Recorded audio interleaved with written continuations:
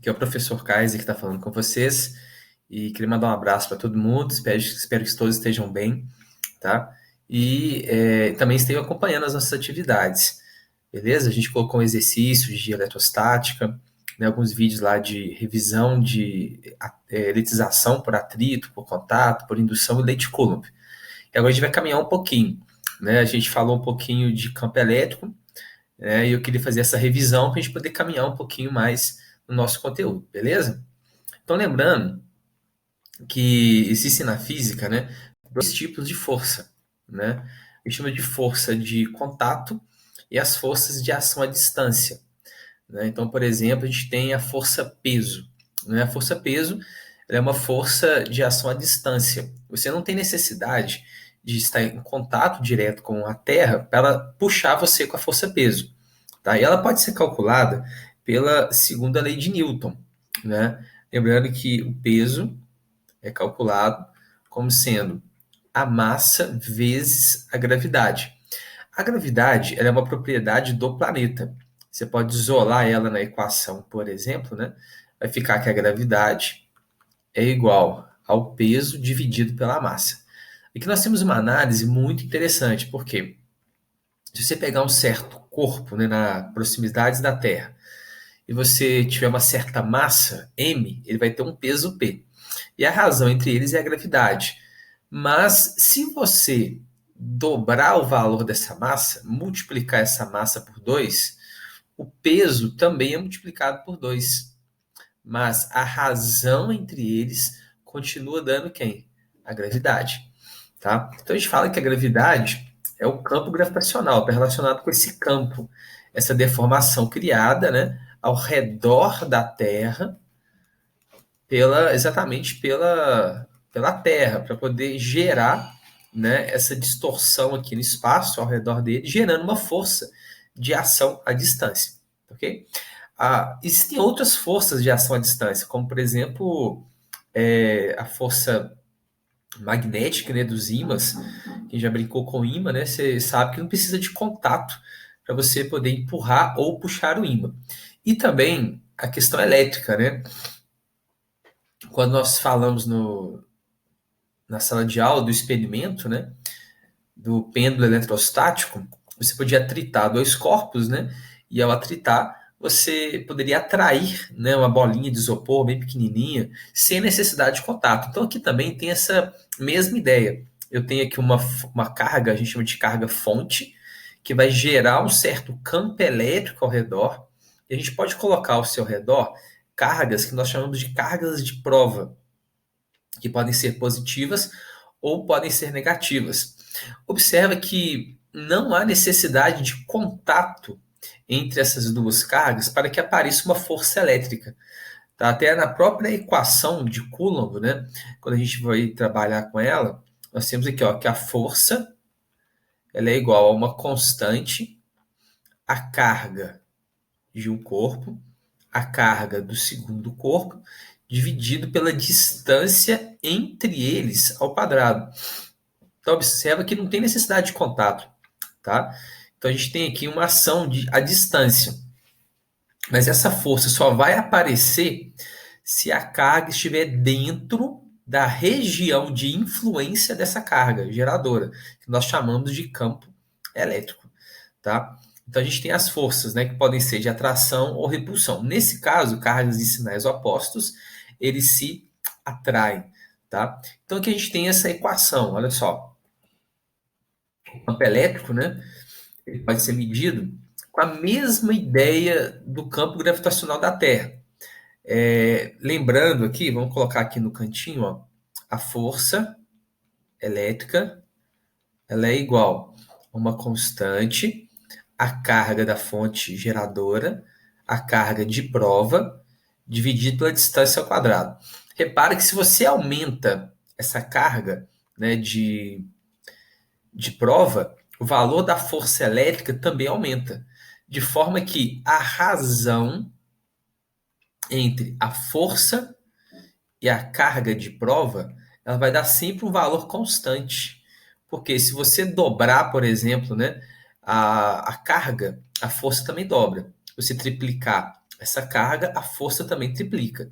Então aqui vai dar um valor constante. É essa constante que nós vamos dar o nome de campo elétrico, tá? Então a gente tem aqui uma equação, né? Observe que ela é uma grandeza vetorial. Nós vamos representar ela por um vetor, tá? Então a gente vai definir que o campo elétrico é a força dividido pela carga de prova, tá? A força é dada em Newton, né?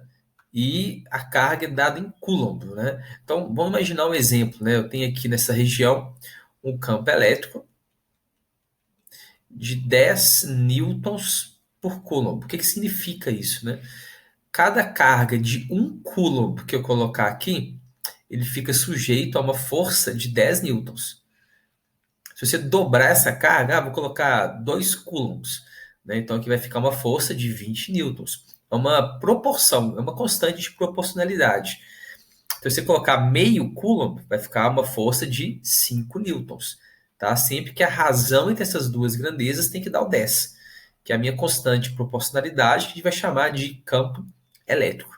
Tá? Então, aqui, esse E maiúsculo é o campo elétrico, F é a força elétrica que atua sobre a carga de prova, que está aqui assim. Só que eu falei que ele é uma grandeza vetorial, então ele tem que ter direção e tem que ter sentido, né? Então a gente tem uma regrinha aqui muito importante que é uma convenção, tá? Uma forma da gente poder demonstrar, né, essa situação do campo, né? Qual que é a regra que o pessoal criou? É o seguinte: toda carga positiva, tá? Ele vai gerar campos para fora, a gente chama de afastamento, tá? Então, o sentido nós vamos determinar esse campo. Quer dizer que carga positiva vai repelir tudo? Não, não é isso. Tá? Por exemplo, se eu colocar uma carga negativa próxima, é atração. Mas a forma como eu desenho esse campo, ele é para fora. Tá? Então, a gente definiu na física que o sentido da força elétrica que aplica na carga de prova positiva é sempre o mesmo sentido do campo. Mesmo sentido, não é o mesmo valor, viu, gente? É o mesmo sentido, tá? Então, se você analisar a carga positiva geradora, se eu colocar uma outra carga de prova positiva, vai gerar uma força de repulsão. Então, quer dizer que o campo elétrico também está no mesmo sentido. Se fizer o contrário, colocar uma carga fonte aqui negativa e colocar uma carga de prova positiva, vai ocorrer uma força de atração. Então, o campo elétrico tem que estar no mesmo sentido, ok? Então, se você quer saber o sentido do campo elétrico, basta colocar uma carga de prova positiva. O sentido da força na carga de prova positiva é o mesmo sentido do campo elétrico. Se você colocar uma carga de prova negativa, então o campo elétrico terá sentido contrário à força. Tá? Então, aqui, ó, se eu colocar uma carga de prova negativa aqui, repara que ele vai ter uma força de atração. Mas nesse caso, o campo elétrico é no sentido contrário. Se eu colocar uma carga de prova negativa próximo de uma carga fonte negativa, né? Aí nesse caso aqui eu vou ter uma força de repulsão, mas o campo elétrico é no sentido contrário. Então a força elétrica é no sentido contrário ao campo quando eu tenho uma carga de prova negativa, ok? A gente tem aqui um aplicativo, né, do PET, que dá para a gente visualizar um pouco isso também. Vamos abrir aqui, né, vai puxar uma outra aba, só para a gente poder visualizar, porque ele mostra setinhas para a gente, quando é carga positiva, quando é carga negativa, mostrando essa ideia, tá? A gente tem o outro aqui também, ó. Dá para mostrar um pouco sobre isso. Ó. Olha aqui, ó. Vamos colocar cargas positivas aqui, ó. Cargas positivas, a representação do campo sempre para fora, ó, sempre para fora. E aqui eu tenho, quando é carga negativa, né? Eu posso colocar uma carga negativa aqui, ó. Ó. Ele vai puxar o campo para ele. Tá? Não quer dizer que está puxando tudo, não. Tá? A gente está puxando aqui o sentido do campo, não é o sentido da força. tá? Tem esse outro aqui também, que a gente pode colocar uma carga positiva, vendo? Positiva, gera campos para fora, tá? Eu posso colocar aqui uma carga negativa, campo na direção da carga negativa, beleza? A gente pode colocar um sensor, né? Aqui, ó, ele vai mostrar para a gente o sentido, ó, a setinha, mostrar o sentido do campo elétrico, ó, apontado sempre para a carga negativa. Se eu colocar uma carga positiva, se eu colocar aqui um sensor, ele sempre vai apontar o campo elétrico para fora, olha só.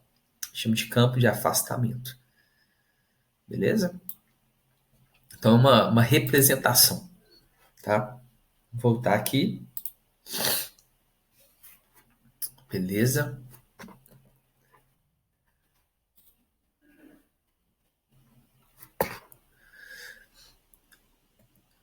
Então, nós temos aqui uma outra situação interessante, é você representar através de uma equação, a questão do campo elétrico, né? A gente pode representar de duas maneiras, tá? Ele chama de campo elétrico gerado por uma carga pontiforme. Então, eu tenho aqui a equação, nós chegamos aqui no outro slide, né, que está aqui. E o que eu faço? No lugar da força elétrica, eu vou substituir por essa equação, que é a lei de Coulomb. Essa brincadeira, né, vai cortar carga com carga, carga de prova com carga de prova. Nós temos que o campo elétrico ele é calculado pela carga fonte vezes a constante dividido pela distância ao quadrado.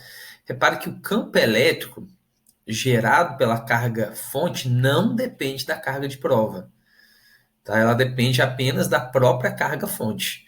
Então, aqui é o campo elétrico, a constante elétrica, a carga fonte, carga geradora, e pela distância ao quadrado.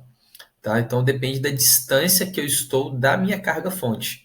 Isso pode ser visto também naquele aplicativo que a gente estava vendo agora. Né? Quando você coloca aqui, ó, deixa eu mostrar para vocês. Olha só. Quando eu afasto o meu sensor, ó, o campo elétrico, o vetorzinho campo elétrico vai ficando pequeno.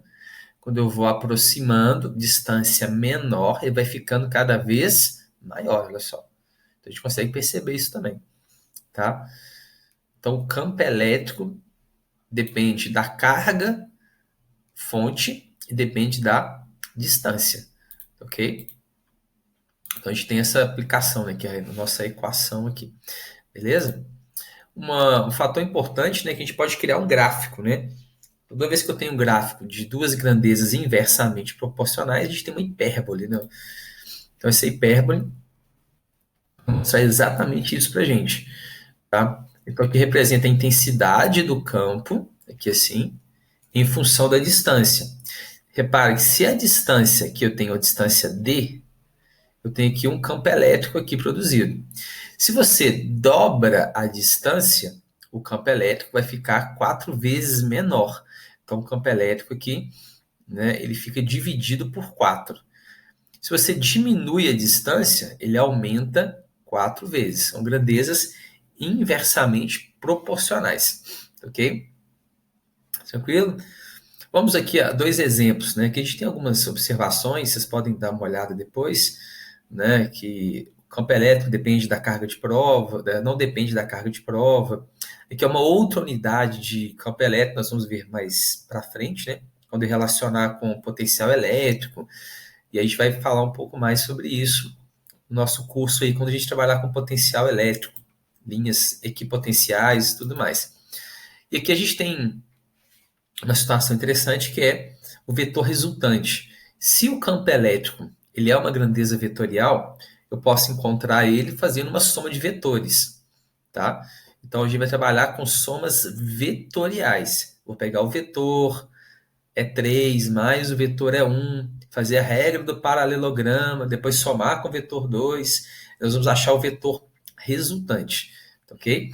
Então, cada carga gera seu próprio campo elétrico. Cada carga gera seu próprio vetor campo elétrico.